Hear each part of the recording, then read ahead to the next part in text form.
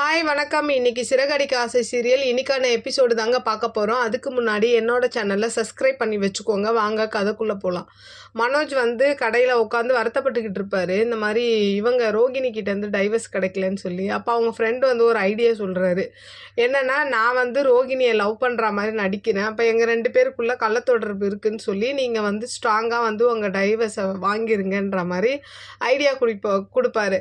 அப்போ மனோஜ் என்ன சொல்கிறாரு, நீ டைவர்ஸ் கொடுக்குறேன், அவங்க கொடுக்காம போயிட்டு உங்கள் 2 பேருக்குள்ள கள்ளத்தொடர்பு ஸ்ட்ராங் ஆயிடுச்சுன்னா நான் என்ன பண்ணுறதுன்ற மாதிரி இது பண்ணுவார்.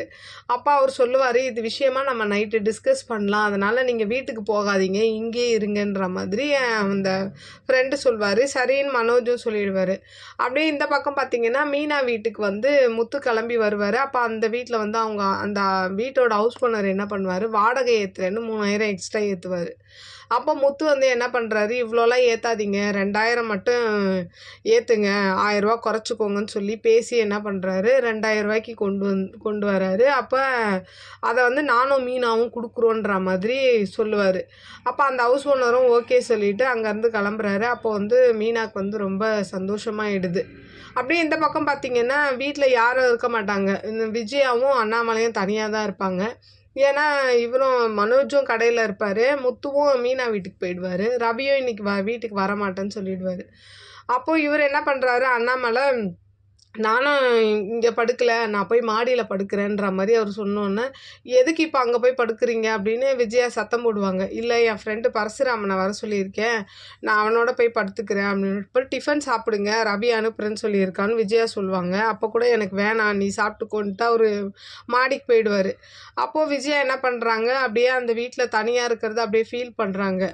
அப்போ என்ன பண்ணுறான், ரவி டிஃபன் அனுப்புகிறான், சப்பாத்தியோ என்னவோ அனுப்பியிருப்பான். அதை சாப்பிட போவாங்க. அப்போ எல்லாரும் அந்த ஃபேமிலியாக உட்காந்து சாப்பிட்டா அந்த சீன்லாம் அவங்களுக்கு ஞாபகம் ஒரு மாதிரி மனசு கஷ்டப்பட்டு தூங்க முடியாமல் தவிச்சிக்கிட்டு இருப்பாங்க. அப்படியே இந்த பக்கம் பார்த்தீங்கன்னா, மீனாவும் முத்துவும் என்ன பண்ணுறாங்க, பேசிக்கிட்டே இருக்காங்க. என்னென்னா, அவங்களுக்கு ரொம்ப சந்தோஷமாயிடுது. அப்போது முத்துக்கிட்ட சொல்கிறாங்க, இந்த மாதிரி நீங்கள் புருஷனாக கிடச்சதுக்கு நான் கொடுத்து வச்சுருக்கணும், ஹவுஸ் ஓனர் வாடகை ஏற்றும் போது கூட அந்த 2000 ரூபா நாங்கள் கொடுக்குறோன்னு சொன்னீங்கல்ல அப்படின்னு சொல்லிட்டு இந்த மாதிரி சொல்லிக்கிட்டு இருப்பாங்க. அப்போ மீனா சொல்லுவாங்க, நான் சின்ன பிள்ளையிலேருந்து வாடகை வீட்டில் தான் இருக்கேன், நான் ஒரு சொந்த வீடு வாங்கி அம்மாவை உட்கார வைக்கணும் அப்படின்ற மாதிரி சொன்னோன்னே, அப்போ முத்து சொல்லுவான், நீ கண்டிப்பாக வாங்குவேன், அதில் நம்ம மீன் குழம்பு சமைச்சு சாப்பிட்லாம் அப்படின்ற மாதிரி அவங்களுக்கு ஒரு ஹோப் கொடுப்பாரு. அப்போ என்ன பண்ணுறாங்க, விஜயா நைட்டு ஃபுல்லாக தூக்கம் இல்லாமல் என்ன பண்ணுறாங்க, எழுந்துச்சி காலையில் அவங்க ஃப்ரெண்டு பார் வீட்டுக்கு வராங்க.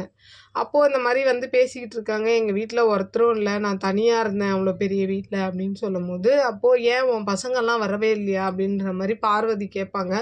அப்படியே இன்றைக்கான எபிசோடு முடிக்கிறாங்க. நான் உங்களுக்கு திங்கக்கிழமை பார்த்துட்டு உங்களுக்கு ரிவ்யூ கொடுக்குறேன். என்னோடய சேனல் பிடிச்சிருந்தா லைக் பண்ணுங்கள், ஷேர் பண்ணுங்கள், கமெண்ட் பண்ணுங்கள். என்னோடய சேனலை சப்ஸ்கிரைப் பண்ணி வச்சுக்கோங்க. இந்த சீரியலோட கருத்துக்களை என்னோட கமெண்ட் பாக்ஸில் சொல்லுங்கள். நன்றி, வணக்கம், பாய்.